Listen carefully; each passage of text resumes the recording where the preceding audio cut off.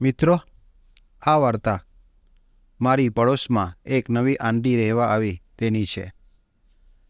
તેનો સામાન સેટ કરવામાં મેં તેમની મદદ કરી, એટલે મારી તેની સાથે ફ્રેન્ડશિપ થઈ ગઈ. મિત્રો, મારું નામ રાકેશ છે અને મને પ્યાર કરવાનું ખૂબ જ પસંદ છે. આજે જે આંટીની હું વાર્તા કહેવા જઈ રહ્યો છું તે મારી પડોશમાં રહેવા આવી એક નવી આંટીની છે. આંટીનું નામ સુમન છે. તે એકદમ દૂધ જેવી ગોરી અને તેની ઉંમર લગભગ 28 વર્ષની હશે. હું ઘણી છોકરીઓને પ્યાર કરી ચૂક્યો છું. હમણાં લોકડાઉનના લીધે હું ઘર પર જ હતો. લોકડાઉનમાં થોડી ઘણી છૂટછાટ મળવાનું ચાલુ થઈ ગયું હતું. તે દિવસે પણ મારી બાજુમાં એક નવી આંટી રહેવા માટે આવી. હું જ્યારે સવારે ઉઠ્યો તો મેં જોયું કે કોઈ સામાન શિફ્ટ થઈ રહ્યો છે. 10 મિનિટ પછી મેં જોયું તો હું હેરાન થઈ ગયો કે એક સુંદર આંટી અંદરથી બહાર હવા ખાવા માટે આવી હતી. તેણે સફેદ રંગનો ડ્રેસ પહેર્યો હતો અને તે પસીનામાં ભીંજાયેલી હતી. બધો સામાન શિફ્ટ કરીને મજૂર ચાલ્યા ગયા હતા. હું પણ બહાર આવીને ઊભો થઈ ગયો. જ્યારે મેં ધ્યાનથી આંટીને જોયું તો તેની ઉંમર લગભગ 40 થી 42 વર્ષની આસપાસ લાગી રહી હતી. હું તેને જોઈ રહ્યો હતો કે આંટી મારી પાસે આવી અને બોલી કે, "તમે અહીં જ રહો છો?" તો મેં કહ્યું કે હા, હું અહીં રહું છું. તેણે મારું નામ પૂછ્યું. મેં મારું નામ કહ્યું. પછી તેણે મને કહ્યું કે કોઈ ઇલેક્ટ્રિશિયન તમારી ધ્યાનમાં છે? મારે ફ્રીજ અને એસી ઇન્સ્ટોલ કરાવવું છે. તો મેં કહ્યું હા, અને ફોન કરીને મેં એક ઇલેક્ટ્રિશિયનને બોલાવી અને બધું કામ કરાવી દીધું. હું ત્યાં જ ઊભો રહ્યો હતો. પછી તે ઇલેક્ટ્રિશિયન ચાલ્યો ગયો. આંટીએ મને થેન્ક યુ કહ્યું અને મારો ફોન નંબર પણ લીધો. પછી હું ત્યાંથી મારા ઘરે આવી ગયો. હું જમવાનું જમી અને જલ્દી સૂઈ ગયો.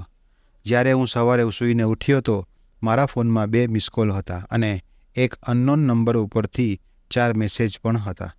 મેં પહેલો મેસેજ વાંચ્યો હતો. તેમાં લખ્યું હતું કે, "રાકેશ, તમે જમવાનું જમ્યું અને આવતીકાલે તમે ફ્રી છો?" આ મેસેજ વાંચીને હું સમજી ગયો કે આ તો આંટીના જ મેસેજ છે. મેં રૂમની બહાર નીકળી અને તેમને કોલ કર્યો. તો આંટી બોલી કે, "મારે બજારથી થોડો સામાન લેવાનો હતો, એટલે મેં તમને કોલ કર્યો હતો." મેં આંટીને 2 વાગ્યાનો ટાઈમ આપ્યો. મેં તેમને કહ્યું કે હું ઘરથી થોડી આગળ મારી બાઇક ઊભી રાખીશ, તમે મને ત્યાં મળજો. તેમણે મને પહેલાં થોડી શંકાથી જોયું. તેમને લાગ્યું કે ઘરની આગળ કેમ મળવાનું કહ્યું, પરંતુ તેણે કંઈ મને પૂછ્યું નહીં અને હા કહી દીધું. તેના પછી હું 2 વાગ્યે બાઇક લઈને ત્યાં પહોંચી ગયો. આંટી મારી પાછળ બેસી ગઈ. આંટી જેવી રીતે સ્ત્રીઓ બાઇકની પાછળ બેસે છે તેવી રીતે બેઠી. પરંતુ મને તેમાં થોડો પ્રોબ્લેમ આવી રહ્યો હતો બાઇક ચલાવવામાં. મેં આંટી તરફ થોડું પરેશાનીથી જોયું તો તે સમજી ગઈ અને મને કહ્યું કે, "શું તને પ્રોબ્લેમ થઈ રહ્યો છે?" તો મેં હામાં માથું હલાવ્યું. તો આંટી બોલી કે, "ઓકે, હું 2 તરફ મારા પગ રાખીને બેસી જાઉં છું." મેં હલકું સ્મિત આપ્યું. તેના પછી આંટી મારી પાછળ બેસી ગઈ. તેના પછી હું સુમન આંટીને એક મોલમાં લઈ ગયો. ત્યાં અમે બંને ખૂબ જ શોપિંગ કરી. શોપિંગ કર્યા પછી અમે લોકો કપડાવાળા ફ્લોર ઉપર ગયા. તેમણે એક બોક્સ પેન્ટી ખરીદી જેના ઉપર એક્સેલ સાઇઝ લખેલું હતું. પછી બિલ ચૂકવી અને સામાન બધો બેગમાં નાખ્યો તો સામાન ઘણો થઈ ગયો હતો. આંટી બોલી કે બાઇક ઉપર આ બધો સામાન કેવી રીતે આવશે, એટલે હું ઓટો રિક્ષા કરીને ઘરે જાઉં છું. પણ હું પણ શું કરતો? કોઈ રસ્તો પણ હતો નહીં. આંટીએ ઓટો રિક્ષા કરી અને તે ઘરે નીકળી ગઈ. પાછળ હું બાઇક ઉપર નીકળ્યો. આંટી ઘરે પહોંચી અને તેમણે મને પોતાના ઘરે બોલાવ્યો.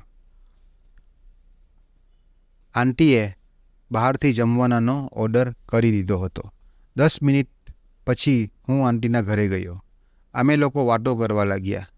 મેં તેમના વિશે પૂછ્યું તો તે કહી રહી હતી કે તેમને તેમના પતિએ છોડી દીધી છે. તેમને એક છોકરી છે જે અત્યારે 21 વર્ષની છે અને તે તેના પિતાની સાથે રહે છે. મેં કહ્યું કે, "આંટી, એવું તે શું થયું કે અંકલ તમને છોડી દીધા?" આંટીએ કહ્યું કે મારી સાસુ મારા પતિને ભડકાવતી હતી. મારું કોઈ બીજા પુરુષ સાથે ચક્કર ચાલી રહ્યું છે. બસ આ બધા કારણ હતા જેને લીધે વાતો વધતી ગઈ અને અમે બંને અલગ થઈ ગયા. હવે હું ખુદ જોબ કરું છું અને એકલી જ લાઈફ જીવી રહી છું. પછી આંટીએ મને મારા વિશે પૂછ્યું. મેં પણ આંટીને મારા વિશે બધું કહી દીધું. આવી રીતે મારું આંટી સાથે ખૂબ જ ફાવી ગયું. હવે આંટીના ઘરે મારું આવવા જવાનું થવા લાગ્યું. આમને આમ 2 મહિના પસાર થઈ ગયા. એના પછી કંઈક એવું થયું કે હું ખુદને રોકી શક્યો નહીં. એક દિવસ રોજની જેમ હું તેમના ઘર ઉપર ગયો. તેમના ઘરનો દરવાજો અડધો ખુલ્લો હતો. જેવો હું ઘરની અંદર ગયો તો મેં જોયું કે આંટી સૂતી હતી અને ટીવી ચાલુ હતું. મેં જોયું તો મારી આંખો ખુલ્લી જ રહી ગઈ. હું સ્તબ્ધ થઈને આંટીને જોતો જ રહ્યો.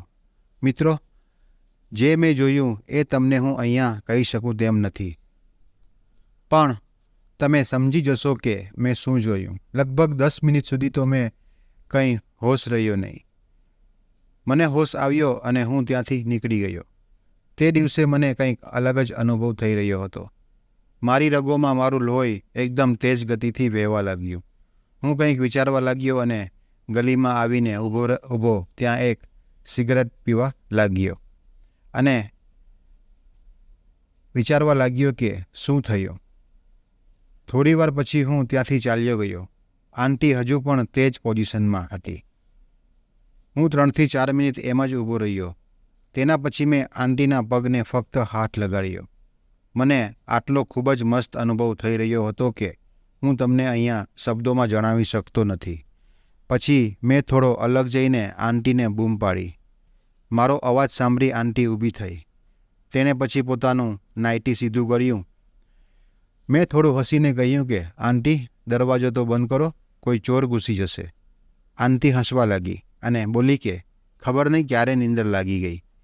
કંઈ ખબર જ પડી નહીં. મારા ખભ્ભામાં એટલી બડી પીડા હતી કે હું સહન કરી શકતી ન હતી. એટલે મેં પેન કિલર લીધી. કદાચ તે જ કારણે મને ઊંઘ આવી ગઈ હશે. મેં પૂછ્યું, અત્યારે પીડા થઈ રહી છે? તો તેમણે કહ્યું કે અત્યારે થોડો આરામ છે. તું ઊભો કેમ છે? બેસી જા. હું આંટીની પાસે બેસી ગયો અને તેમની સાથે વાતો કરવા લાગ્યો. તેમના ચહેરા પર હજુ પણ થોડી પીડાનો અહેસાસ દેખાઈ આવી રહ્યો હતો. મેં કહ્યું, આંટી, જો હજુ પણ તમને પીડા થતી હોય તો હું મસાજ કરી દઉં? તેમણે મને પહેલાં તો ના બોલ્યો કે ઠીક થઈ જશે, હું ખુદ લગાવી લઈશ. તો પછી મેં કહ્યું કે અરે તેમાં શું છે, લાવો હું લગાવી દઉં છું. થોડી વાર સુધી આનાકાની કર્યા પછી તેમણે હા કહી દીધું. પછી તેમણે મને મૂવ આપી અને હું આંટીના ખભાની આસપાસ મૂવ લગાવીને મસાજ કરવા લાગ્યો. થોડા સમય પછી આંટી જલ્દીથી ફરી ગઈ અને ગુસ્સામાં મને બોલી કે શું કરી રહ્યો છે? હું કંઈ બોલી નથી રહી એનો મતલબ એ નથી કે તું મારો ગલત ફાયદો ઉઠાવ. હું તો મારું માથું નીચું કરીને બધું સાંભળી રહ્યો હતો. આંટી મારા ઉપર ગુસ્સે થઈ રહી હતી અને બોલી રહી હતી કે બધા પુરુષ એક જેવા જ હોય છે. હું તો તને એક સારો માણસ સમજતી હતી. અને આંટી રડવા લાગી. મેં કહ્યું કે સુમન આંટી, હું તમને ખૂબ જ પસંદ કરું છું અને હું તમને પ્રેમ કરું છું. હું તમારી સાથે એવું કરવા માંગતો હતો નહીં, પરંતુ જ્યારે તમે સૂઈ રહ્યા હતા ત્યારે તમારી નાઇટી તમારા ગોઠણ સુધી આવી ગઈ હતી. એટલે તે બધું જોઈને ખબર નહીં મને શું થઈ ગયું. પ્લીઝ મને માફ કરી દેજો. હવે પછી એવું ક્યારેય નહીં થાય. તે ચૂપ થઈ ગઈ અને હું ત્યાંથી નીકળીને મારા ઘરે આવી ગયો. પછી રાતના 8 વાગ્યે મને આંટીનો મેસેજ આવ્યો કે સોરી રાકેશ, મેં તારી ઉપર ગુસ્સો કર્યો. હું તને થોડું વધારે જ બોલી ગઈ. મેં પણ રિપ્લાય આપ્યો કે આંટી, મારી પણ ભૂલ હતી. પછી આંટી રિપ્લાય આપે છે કે આજે મેં તમારા માટે પ્રાઉન્સ બિરયાની બનાવી રહી છું. આજે જમવાનું મારા ઘર પર જ જમી લેજો. મેં રિપ્લાય આપ્યો કે ઠીક છે આંટી. જ્યારે હું તેમના ઘરે ગયો તો મારી સાથે સામાન્ય રીતે તે વાત કરી રહી હતી. હું સોફા ઉપર બેસી ગયો. તે મારી બાજુમાં આવી અને બોલી કે અત્યાર સુધી કેટલી છોકરીઓ સાથે પ્યાર કર્યો છે? તેમના આ સીધા સવાલથી પહેલાં તો હું અચરજ પામી ગયો. પછી મેં તેમની આંખોમાં જોયું તો એક મીઠી માદક ભરી મુસ્કાન હતી. મેં કહ્યું કે 3 છોકરીઓ સાથે. તો તેમણે કહ્યું કે મારી સાથે પ્યાર કરીશ? મેં કહ્યું કે હા. પછી તે મારી પાસે બેસી ગઈ અને મને પ્યાર કરવાનું સ્ટાર્ટ કરી દીધું. પછી અમે બંને તેવી જ હાલતમાં ઊભા થયા અને આવી જ સ્થિતિમાં આંટી કિચનમાંથી જમવાનું લેવા ગઈ. અમે જમવાનું પણ આવી જ હાલતમાં જમ્યું. જમ્યા પછી અમે બંને ફરીથી પ્યાર કરવા લાગ્યા. તેના પછી હું મારા ઘરે આવી ગયો. પછી જ્યારે સવારે હું ઉઠ્યો તો જોયું કે મને જલન થઈ રહી હતી. મારા શરીર ઉપર દાંતના નિશાન હતા. ત્યાંથી મને જલન થઈ રહી હતી. પછી મેં મોબાઈલથી આંટીને કોલ કર્યો તો તે પણ બોલી રહી હતી કે તેમને ટોયલેટ કરવામાં ખૂબ જ તકલીફ થઈ રહી છે અને દર્દ પણ થઈ રહ્યો છે.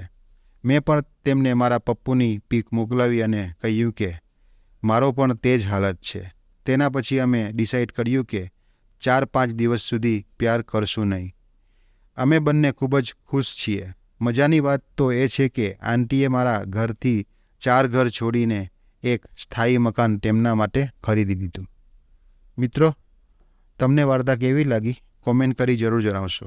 ચેનલ ઉપર નવા આવ્યા હોય તો ચેનલને સબસ્ક્રાઈબ કરજો અને વિડીયોને લાઈક કરજો. આ વિડીયો જોવા બદલ તમારો આભાર. ધન્યવાદ. જય શ્રી રામ.